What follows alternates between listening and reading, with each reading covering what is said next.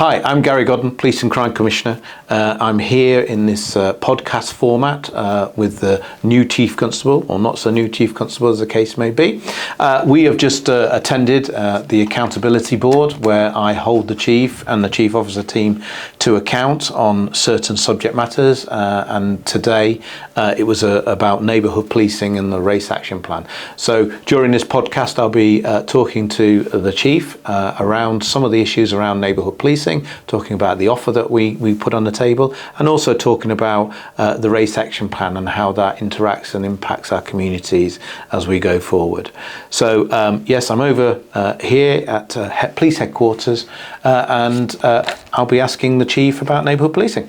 Just to start off with, Steve, how do you feel Nottinghamshire is making progress in achieving the objectives set out in the police and crime plan, putting communities first, with victims first, and strengthening partnership and working effectively and resiliently in terms of our policing offer to our communities? Okay, thank you.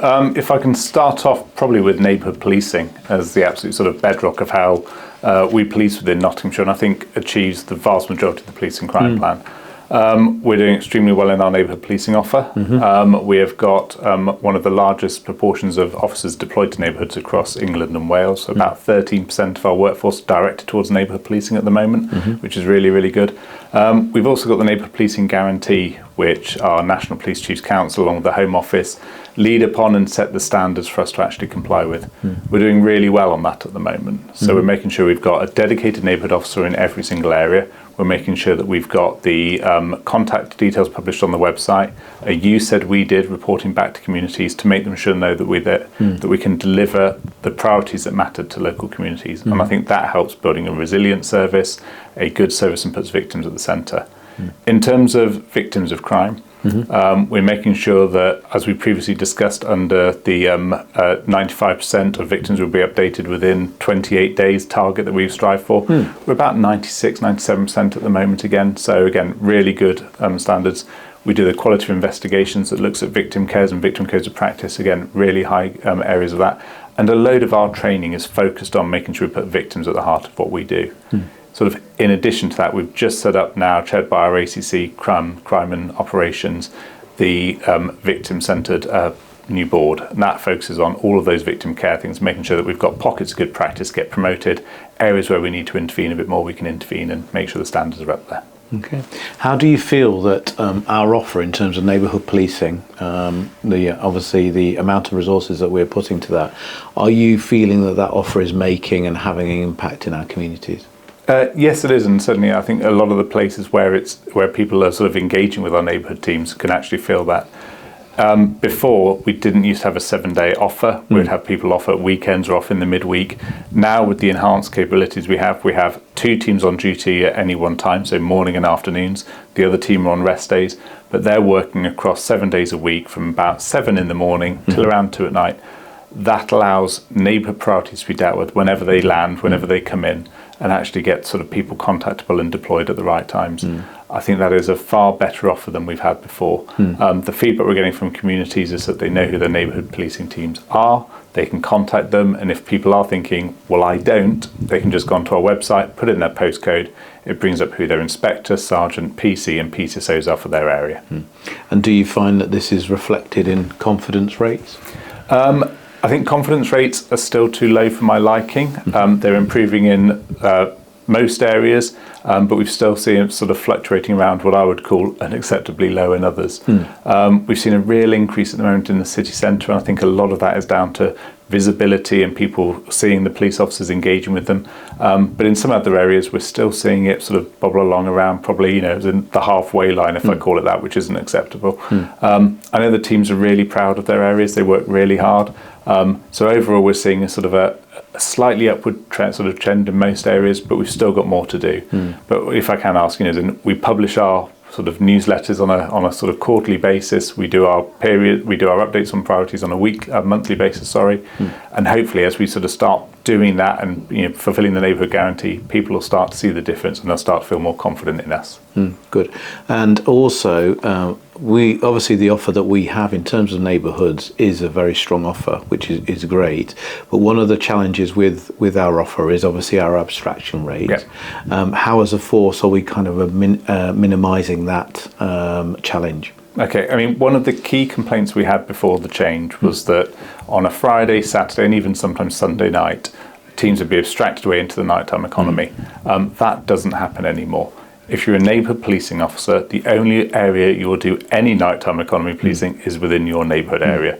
So if you're a city centre officer, clearly you'll be doing nighttime economy in the city centre. But if you work in Worksop, you're no longer going to Mansfield, you will remain in Worksop.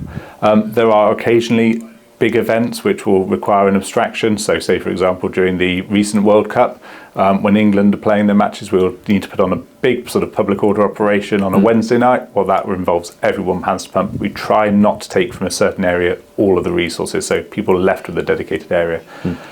We have an app that our staff can record their abstractions on, so we can look at what they're abstracted for. Clearly, if someone's called to a policing emergency, that's fine. We want them to respond to that. But if we're having a neighbourhood officer, for example, being deployed across the other side of the country to go and collect a prisoner, they can record it as an abstraction. We can look at it and see why is it appropriate and could anything more be done. Clearly, we're a police service. We deal with emergencies. We'll send the most available resource, but we'll try wherever we can to keep neighbourhoods in their area dealing with their local priorities. That's reassuring, so thank you for that. I've got a public question for you. This is from Julia Long from Kirkby in Ashfield, and she runs the Ashfield Evergreen Centre. Hello, I'm Julia Long from Kirkby in Ashfield. I've lived here all my life. I look after the Ashfield Evergreen Centre just down the road, and I want to ask, what are we doing about safety for old people and for more or less everybody in Kirkby? As the centre I run, we have problems, big problems with children breaking order, guttering, tipping up the dustbins, just making a nuisance of themselves and swearing, and nothing seems to be done. Well, the first thing I'll do is I'll speak to the local neighbourhood inspector and make sure that either they or the sergeant contact her to work out why we haven't done what she thinks we should have done in the first instance. In terms of antisocial behaviour, we do take it seriously. It's one of our priorities, and I know certainly in Ashfield it is one of the local neighbourhood policing priorities as well. When it comes to young people committing antisocial behaviour, I think the best and most appropriate approach is one of a partnership. So that's us working with the families, working with schools, working with youth services, working with the local authority to work out what we can do. Because often antisocial behaviour with young people is because there's either nothing else to do, they can't find what else to do, or they're just in a place where actually it's inappropriate for the conduct they're behaving. So I'll make sure that our teams engage with Julia. I'll make sure they have a bit of a partnership plan to look at what we're doing in that area so we can report back. And if there's anything else we can do differently, we'll obviously do that. But if she sees antisocial behaviour, please feel free to continue to report it to the local neighbourhood team. If there's any videos, please feel free to put that in, because we can intervene. There's plenty of powers that the police have, the local authority have, or the schools and parents can deal with their, their children that way. But we'll make sure that we can try and intervene as early as we can next time. Great. And final point from me is we have a 72-hour guarantee, policing guarantee. Can you just briefly explain what that is and roughly how it works for Nottinghamshire? Yeah, of course. So if people contact their neighbourhood policing teams, whether that's through single online home or our website, as other people will know it as, or make through the phone call into the control room, we guarantee through the pledge that we've made with the government that we will make contact with that individual within 72 hours. That is monitored at the moment, where we are complying with that. And what that doesn't mean is we can resolve the issues within 72 hours, but we'll make contact and arrange to see the person to deal with the matters and take reports within that time frame. Okay, lovely. Thank you for that. Just another final public question on this topic. And this question is from Stuart Newberley, who is a head coach at the Ashfield Spartans Boxing Academy. Hello, my name is Stuart Newberley. I'm the head coach at the Ashfield Spartans Boxing Academy. And I would like to ask the Chief Constable if we could have more visibility on the ground, because I believe, as far as community is concerned, I had a better respect for the police when back maybe 40, 50 years ago, when there was more police on the ground. Okay, thank you. I mean, visibility is really important to me, so making sure that we have officers in the right place based on where we can engage with the communities, but also where we can deal with crimes that matter to them is vital. So in terms of Ashfield, we are increasing our neighbourhood policing presence there in terms of actual people. We've also just recently recruited some new police community support officers, so they're going to be deployed across the force to make sure that we have that extra visibility, and they are really our eyes and ears on the ground. So what I would suggest is we'll make sure they pop into the boxing club to actually have that conversation. But I totally agree that having people out there accessible and contactable, whether that's through face-to-face visits or even through our social media channels, allows people to have that information, because policing by consent is exactly how we work within sort of England and Wales. It's absolutely vital that we have the trust and confidence of the communities, and I agree that does include cohesion and improving how we deal with our members of the public. And just finally, with regard to neighbourhoods, we offer, or part of the neighbourhood policing officer is multi-agency problem-solving meetings. How can residents raise issues around their local concerns, and what impact are the meetings having? Do we have a sort of picture of what's actually happening out there? Several ways people can raise their concerns. They can contact their local councillor, because they have a voice at those multi-agency problem-solving meetings, or MAPs as we call them. They can go on to our single online platform, so our website, type in their postcode, it'll bring up their areas and they'll have your say, and they can type in any areas they want. They can phone or email our local neighbourhood policing inspector or sergeant, beat manager, anyone who all their details available on the website, pop into the local station. Or we have a NOTS alert system where if people wish to register for that, they will send out surveys every time we're doing our priority setting to ask people what matters to them in their area. And that way, not only can they feed back into us, but we can tell them what we've done to solve those issues. And if they look on our website, or if they register to NOTS Alert, we can tell them what we've done to their sort of 3 or 4 top priorities in their area. Fantastic, thank you for that.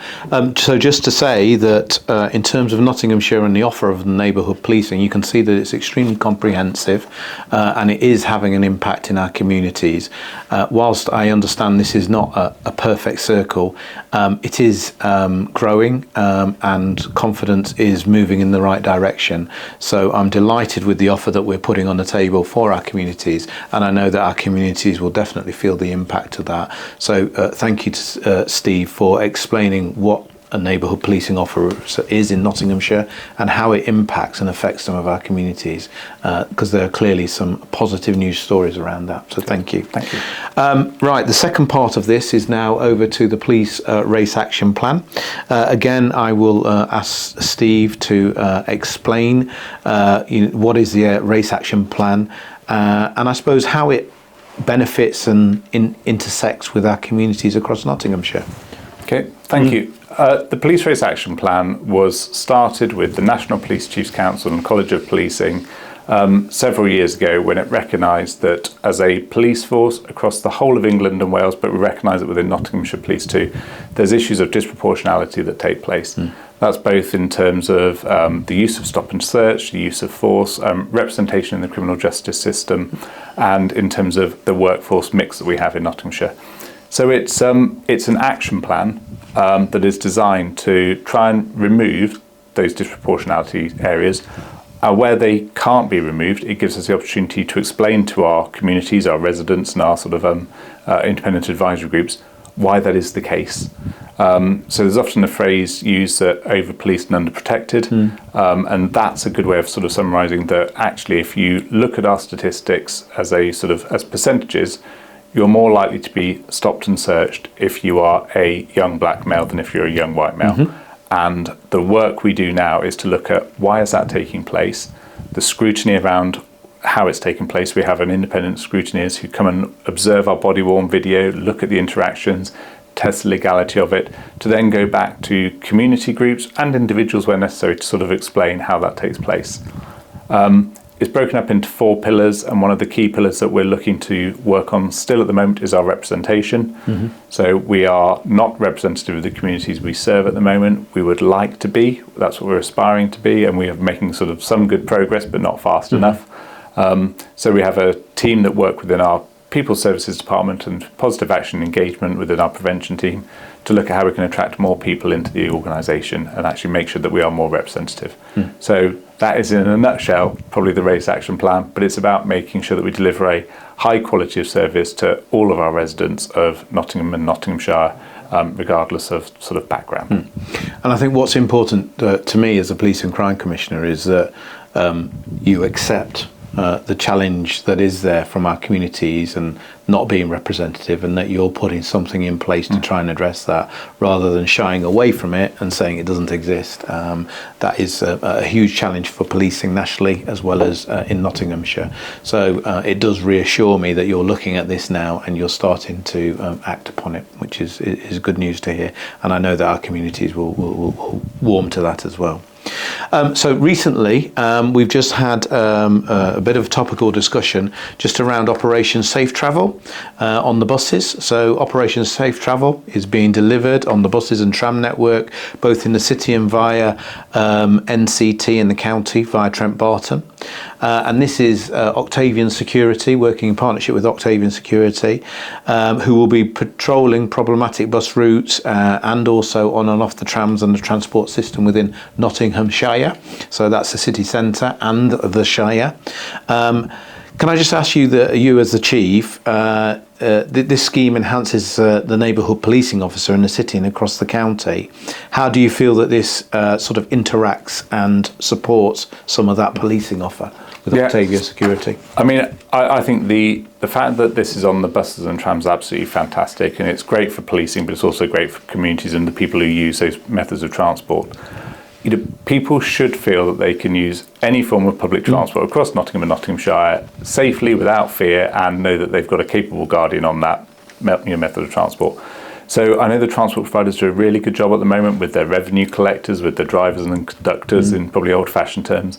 But I think this is that extra level of offer that as people start to travel into the city or away from the city to go home, you know, they need to feel that they're safe, they're confident, and they feel the ability to go and speak to somebody and report any concerns they have.